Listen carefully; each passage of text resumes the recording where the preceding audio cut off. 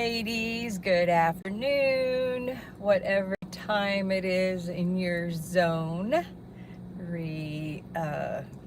Welcome. Thank you for being here. I'm so excited.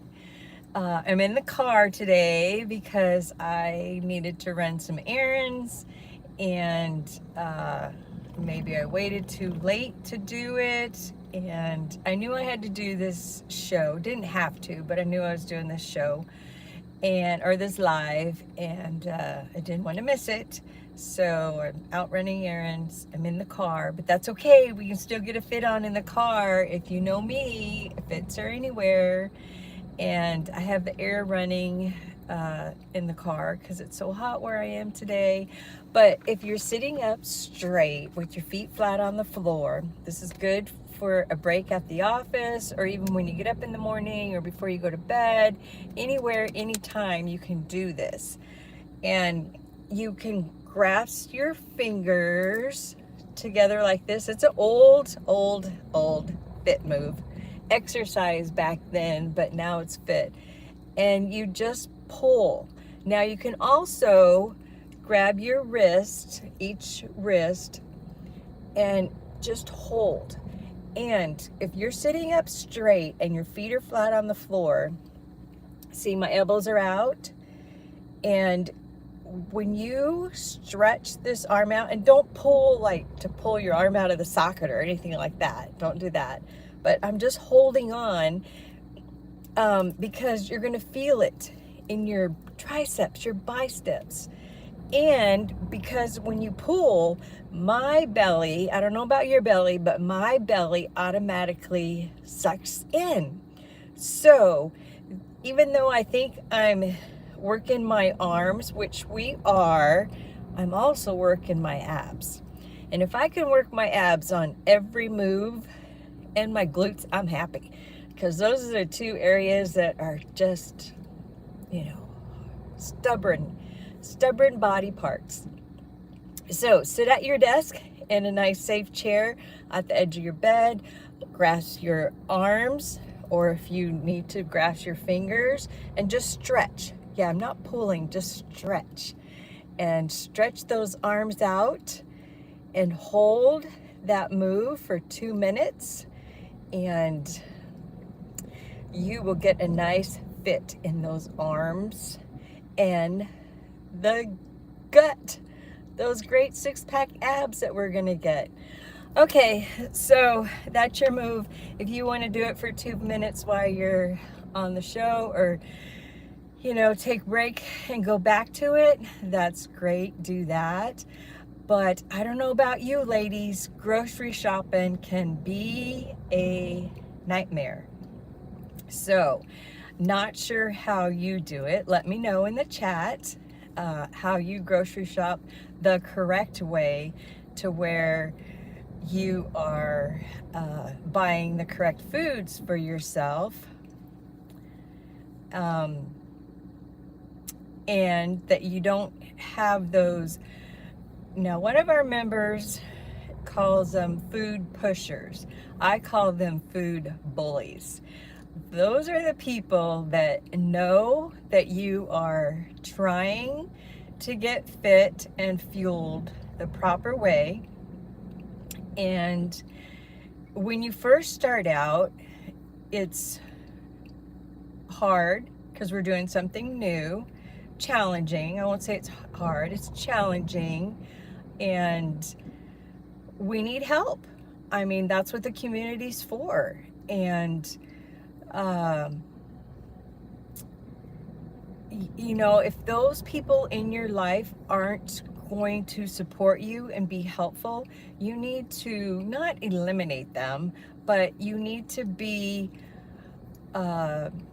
aware of who they are and what they are. And some of them aren't trying to make you slip up and eat something that you shouldn't, but they don't get it sometimes. So you don't want to be rude. You just need to know who you're going out to eat with, where you're going out to eat, or the parties you're going to, things like that, so you can be prepared for them. So, and then once you get past that mark of not having cravings, I mean, we're always going to have cravings. That's just how we're made. But there, and I'm saying this from experience, there is a time in this getting fit and fueled that your body will come to a point where those cravings aren't going to be there like they start out with. Like, you're going to be able to go out to eat with somebody and they may be having french fries and you're having a salad, and you're going to be okay with that because you've made it past that point in your getting fuel. So, you know, and if those people can't support you when they're going out to eat, then maybe you don't want to go out to eat with them.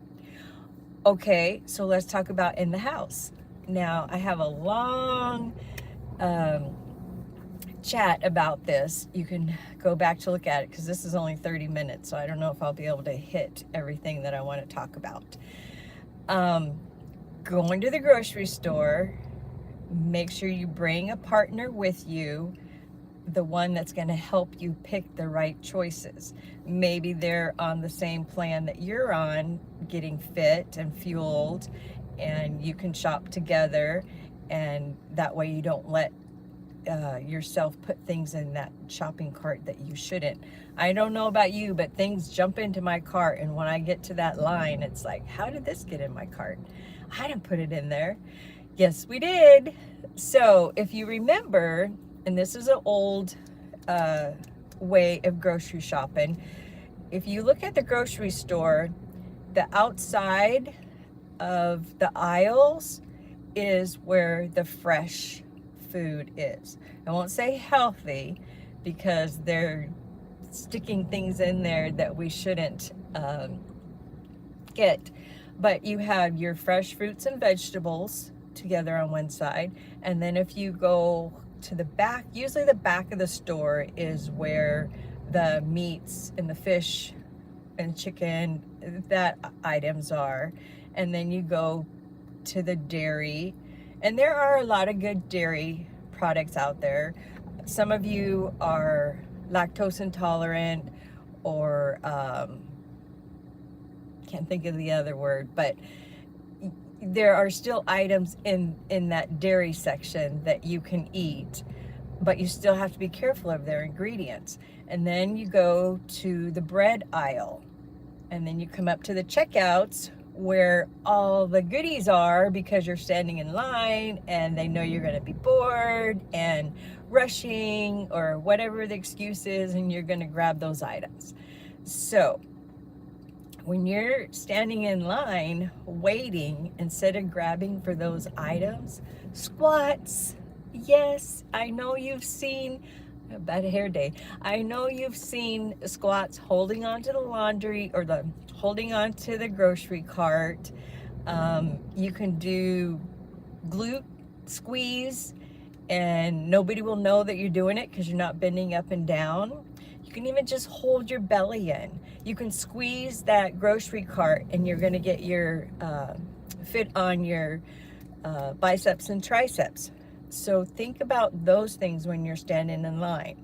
All right, so your fruits and vegetables, meats and breads, and watch your breads, because I know on the food charts they show lots of carbs, and that may not be right for you. I can't follow that old way of all those carbs that they want us to eat. So again, all of our bodies are different. We all need different fuel than the other one. So just manage yourself, find out what fits for you and shop for those. And if you stay on the perimeters like that, you're less likely to grab the items that have all the preservatives in them. And I know the way our world is going, even our fresh fruits and vegetables sometimes are scary, because it's like, what else is in this, And even their organic items, I know I've done some research, and some of the stuff that they have to do to the organic food may not be good for you. So just remember to watch for that. I also like to say a rule or a point of thought, or if I pick up an item and it has more than 3 ingredients in it, it goes back on the shelf. It's got too much stuff in it that you probably can't even read, let alone understand where it's coming from. So, and be mindful. I mean, if I pick up a bag of nuts and or mixed nuts, and it's got 7 different types of nuts in it, yes, that's over my 3 limit rule, but it's actually nuts in there, and it's not all these other ingredients. So, so watch out for that, make sure you pay attention to that. But if you grocery shop by yourself, this is what I do. I pretend like, well, I use Jesus, because this body belongs to Jesus, and it's his temple. And if I don't take care of it, then I can't help him for his cause on this earth. So when I'm grocery shopping, Jesus is sitting on my shoulders, and if I'm going up and down the wrong aisles, I just remember, it's like somebody's watching you. Why are you putting that bag of chips in your cart? And then that makes you, be mindful of what's going in your cart. Because I do like to grocery shop. I do like to go up and down the aisles, only to see all the crazy stuff that's out there, see all the healthy foods that people are putting out there that really aren't healthy if you look at the labels. So I just enjoy doing that. So if you are going up and down the aisles, and I know coffee and tea are down the center aisles, and sugars and flours and things like that, so I know you are going down some of the center aisles, but just be very careful when you do it. And pretend, if somebody's not shopping with you, pretend like somebody is sitting on your shoulders and they are shopping with you, and you need to put that item back. Then once you go through the aisles, before you head to the checkout aisle, you stop, you look through your basket, and all those items that jumped in your basket that don't belong there, you need to go put them back. And don't just set them on a shelf where you're standing, or give them to the clerk and tell her, no, you don't want them. Take the steps and put them back where you got them. One, you're helping out the people that are paid to stock our shelves, not clean up after us, and you're getting extra steps on. And maybe when you put it back on the shelf, you can do some squats, some glutes, something that says, thank you, body, for letting me put this back on the shelf and not putting it in my body. So that's one thing to do. The other thing is, make sure you have a list. If you're shopping the week, the month, the day, 2 or 3 days, we all do it different. We all have different appetites of how we want to shop. And if you're getting those fresh items, you're gonna probably shop more often, which to some of us is a pain to have to go to the store. And I know we can have things delivered, so whether it's good or bad, I don't know. I don't have my take on that yet. You can have it delivered, but when you're ordering that food online, who's sitting on your shoulders? Your community partner, your best friend, Jesus, who's sitting there making sure when you order online that you're picking the right items. And you can do that the same way. Before you check out, you go back down that list of those items that you've chosen, and if there's things on there that you should not have, click off they go. So you can do it shopping at home also. So have your list, know what you're going to eat.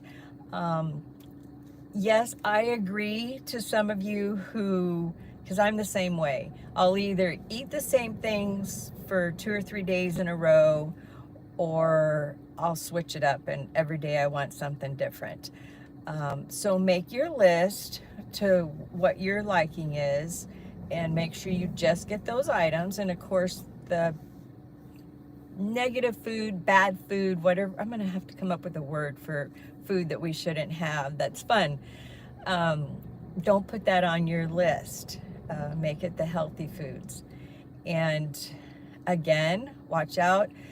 So that's grocery shopping. When I talk about food bullies or food pushers, those are the people in our lives that would go grocery shopping with us, and they're throwing all kinds of stuff in the cart. One, it's on sale. Two, it says it's healthy, or they may like it, and that's not fine. That's not fine. That's not fair to us. I still say if they want to eat it, that's fine. They can go shopping for it, they can pay for it, and they can store it someplace where you're not able to see it every day, day in and day out, opening the fridge or opening the cupboard. They have to have their own fridge, their own cupboard, some place to keep that items. Because if they don't want to get fueled with you, that's fine. We're not forcing anybody to come along on our ride. But if you are truly wanting to do this, then they need to support you, because you're supporting them by, you're not letting them, they're adults, buy their food that they think they need or that they want. They just need to be very supportive of you, because there will come a time, I promise, if you stay with this, that those items can be in your house and you will not be tempted to have them. Stay with it. You will get there. You will get there. But at the start, you can't have those items around. That it's just not fair to you. Or if you go to somebody's house and you're honest with them, and they know ahead of time that you're not, let's say, having desserts, and they have a party and it's all desserts. That would be unfair to you. And they may not be doing it on purpose, but maybe they were having a dessert Bible study or something, and invite you. And there should be stuff there that you can have, or don't go, Zoom in, and you're not trying to hurt their feelings, because I know a lot of family members, you go to their house and it's like, eat, eat, eat, eat. And if you don't, they're kind of like offended, because that's just a tradition, and that's okay. But you have to come to a point where you have a conversation with them and you let them know that you're grateful that they have all this food, they made all this food, but this is what you will and will not eat. And it's not that you can't eat it, you don't want to eat it, because your body could not accept it the way that maybe their body does. There's nothing wrong with that. Our bodies produce or process foods all differently. And some of us, there's so many diets out there. So, and not the bad diets that we've been on all our life. Allergies and things like that are out there. And more people are getting more and more allergies. And, we're on a fuel journey. And I'm not allergic to sugar. I just choose not to have that, because I don't want to keep eating it by the time I get home, that type of thing. So talk to your loved ones. They should understand, but you have to be clear to them that you mean business. You can't just sit and say, or get angry because they bought something that you didn't want them to, or they shouldn't have, and then the next time you go to the grocery store, you buy something. So you have to be really on top of it and let them know you are serious, that these foods bother you and they can't be in the house or in your view, or I mean there's plenty of places to put snacks and stuff that you don't have to have. And again, if you are eating properly, and I'm telling you, try Kelly LeVeque, Be Well by Kelly. She goes on, and no, I'm not promoting or getting any kickbacks from her, but she goes with protein, fiber, greens, and healthy fats at every meal. 4 simple ingredients. There's so many different food items that you can have that meet those qualities. And I'm telling you from experience, it works. And at least try it. It may not be the right fuel for your body, but try it and seriously follow it and see the difference. And if you don't see a difference and you truly follow it, then find something that does work for you. But I can't imagine that this one doesn't work for you. So simple. I don't weigh anything. Of course, like I said, I usually eat the same things. It's just, and I know a lot of you eat the same thing too. And those of you that love your vegetables, I mean, I've always said that you guys haven't made to getting fueled properly, because those veggies are just awesome. Of course, don't add the sauces and the butters and all that stuff to it. However, there are healthy fats that you can add to that you need, so you can not eliminate a lot of that stuff. But again, if you eat, and I'm talking at breakfast too, I'm not a breakfast person, and I know a lot of us aren't, and especially when you're working and you have to get up, it's hard to get breakfast in you. But remember, one of our community, Tammy, she preps her shake, which is her breakfast, in frozen containers, and then she takes one out every day and takes it to work with her. And on her first break, she's ready for breakfast. And that frozen food items in there to go in the blender have kind of thawed a little bit, and blenders nowadays can grind up ice and nuts and everything else, so that's not a problem. And she has it, but at least she's having her breakfast at her time, and she can go 4 to 6 hours before she eats again. And that's what we should do. We should not have to have a snack. If you're hungry 2 hours later, which I've been there, I've done that, oh, I'm eating yogurt and granola or cottage cheese and fruit, for my breakfast, and then 2 hours later, when I get my break and my coffee, it's like, where's the sugar? So I understand now why I was having to eat every 2 hours, because I wasn't getting what I needed. Now, if I get those 4 ingredients starting my day out in the morning, I can go 4 to 6 hours, and I don't think about snacking. And true, you will think about snacking if you're sitting at home in front of the TV watching all those commercials or watching food shows. Yes, I'm human. If I did that, I would want to snack. If I'm sitting at home on the computer all day, yes. If I think about it or the commercials come up when I'm trying to work on stuff and it's food, yes, you do think about it. Water.